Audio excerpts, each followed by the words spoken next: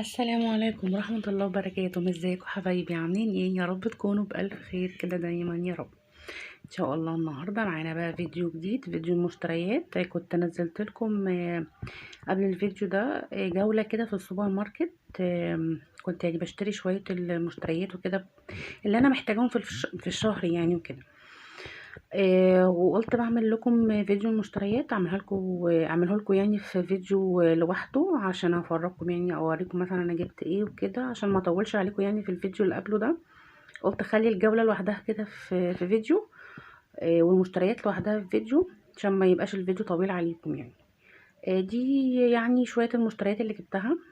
يعني بيني وبينكم بعد ارتفاع الاسعار طبعا الواحد بيجيب الحاجة اللي هو محتاجها، يعني الضروريات بقى زي ما بنقوله كده. فالله المستعان، يعني ربنا يقوينا بجد على الايام الجايه دي، ويقوي الجميع اللهم امين. يلا بينا كده نبدا ونشوف ايه جبنا ايه.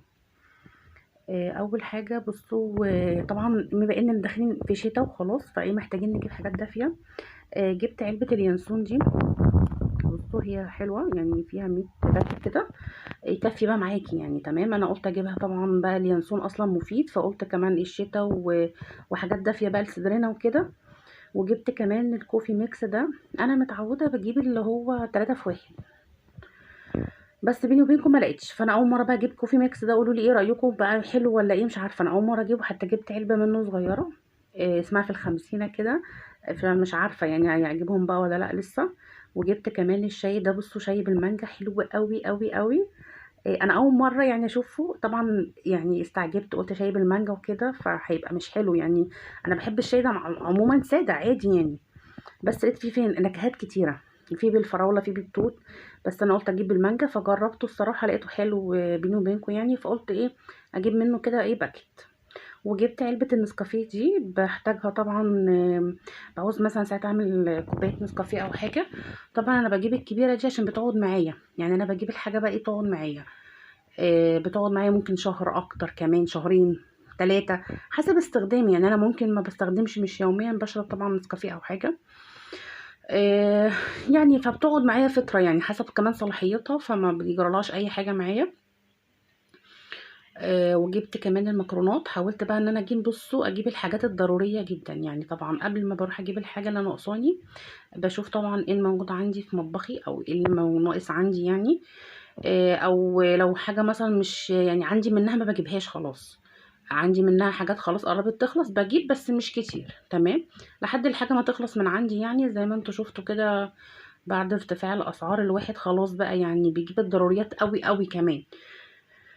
فربنا يقوينا بجد والله على الايام الجايه، ويقوي كل واحد يعني. بجد يعني مش عارفين نلاقيها منين، من الاسعار ولا من الدراسه والدروس والمدارس والاكل والشرب. بجد ربنا يعيننا ويوفق الجميع. بس فانا قلت ايه، اجيب الضروريات قوي يعني. جبت جبت هنا معايا المكرونه. يعني ما كانش يعني ما بجيبش كتير بيني وبينكم يعني، زي ما قلت لكم يعني بجيب يعني على القد. آم، عشان ما احط يعني ما اسيبهاش عندي كتير وكده. وجبت كمان كان ناقصني شويه توابل كده جبتها. جبت هنا جايبه كركم. قلت عشان ابقى اعمل لهم يعني رز كده بالرز اصفر، هما بيحبوه عندنا الولاد. وجبت هنا بصل بودر. جبت حاجات صغيره يعني، ما جبتش كميات كبيره يعني. جايبه تمن او حاجه كده، مش جايبه كتير يعني. تمام.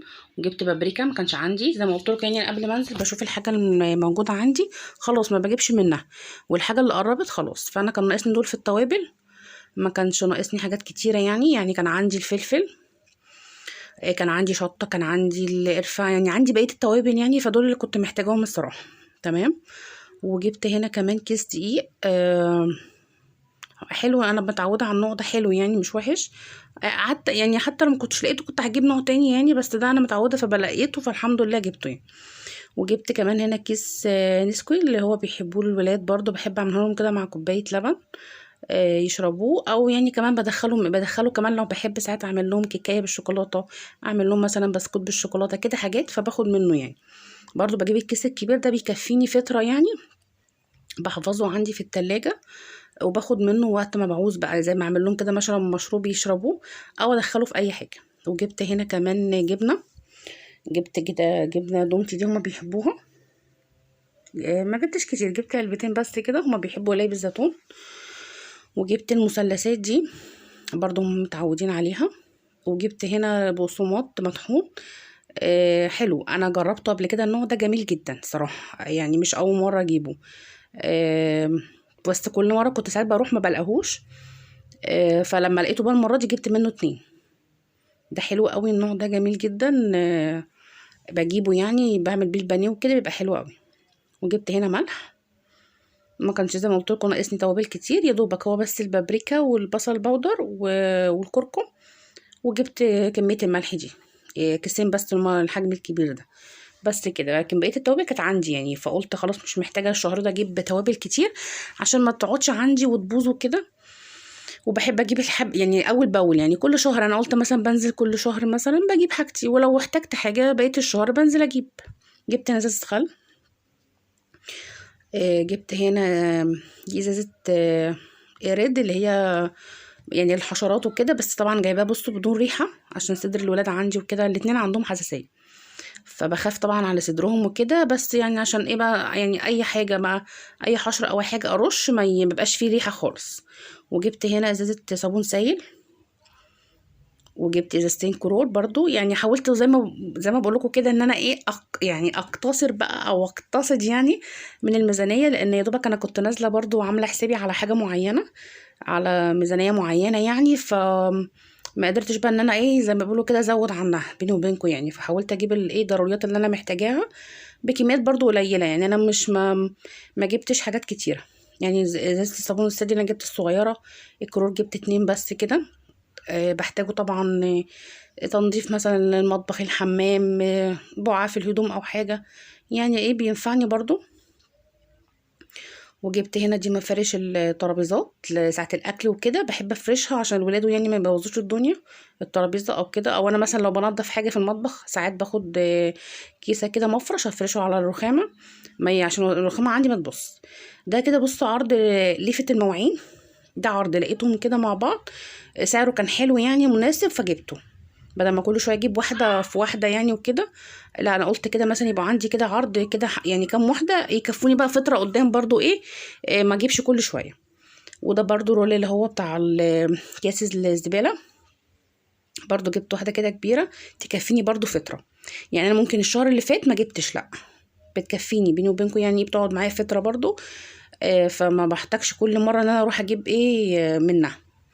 وجبت الرز كمان، جبته اكياس صغيره الصراحه بيني وبينكم المره دي، يعني انا كنت متعوده بجيب اللي هو الكيسه الكبيره اللي هي ال5 كيلو، بس طبعا يعني ظل ظروفه كده زي ما اكيد كلكم يعني حاسين بالظروف اللي احنا فيها، او كل الناس يعني حست بالاسعار وكده، فكل واحد بيجيب دلوقتي ايه الحاجه يعني اللي على قده او اللي هو محتاجها ضروري. فانا بيني وبينكم ما قدرتش اجيب اللي هو ال5 كيلو، جبت يا دوبك على قد كده 3 اكياس مؤقتا لحد ما اشوف ايه الظروف وكده، يعني واحده واحده بقى.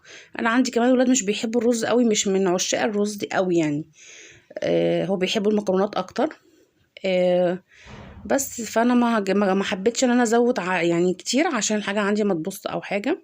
ولو احتجت طبعا يعني دول مش هيكفوني طبعا طول الشهر، انا طبعا الواحد بيحتاج فبنزل طبعا في وسط الاسبوع بنزل اجيب. يعني ممكن ايه دول يعني دي اول مره يعني دي اول خروجه الشهر، ممكن انزل مثلا بعدها باسبوع او اسبوعين تاني اخر نص الشهر كده انزل اجيب برضو انه ناقصني. يعني الواحد برضو بيحاول ايه يشوف الدنيا معاه برضو، ربنا يدبر لنا حالنا يا رب كده ويوفق الجميع بجد. دي حاجات بقى بصوا ان انا يعني اشتريتها. طبعا زي ما قلت لكم في الفيديو اللي قبل ده انا هعمل لكم فيديو عن المشتريات واوريها لكم. اتأخرت عليكم فيه شوية معلش، كان عندنا امتحانات ويا دوبك لسه مخلصينها، امتحانات اللي هي بتاعت شهر اكتوبر. يا رب كده بالنجاح للولاد جميعا ويوفقهم وينجحهم في حياتهم اللهم امين، ويبارك لنا فيهم. فدوبك بقى لسه مخلصين امتحانات وكده، طبعا بنجهز بقى امتحانات الشهر الجاي، ربنا مع الجميع برضو ويوفقهم وينجحهم كده يا رب. فقلت بعمل لكم الفيديو، ويا رب يكون النهارده الفيديو عجبكم، والفيديو عجبكم كده وتقولي رايكم فيه ايه. طبعا لو لسه اول مره تشوفيني في قناتي ما تنسيش الاشتراك وتفعيل الجرس، وتختاري كلمه الكل من الاشتراك عشان تتابعي كل فيديوهاتي وتقولي رايك فيهم ايه. وما تنسوش طبعا اللايك والكومنت بتاعكم الجميل. استنوني في فيديو جديد، والسلام عليكم ورحمه الله وبركاته.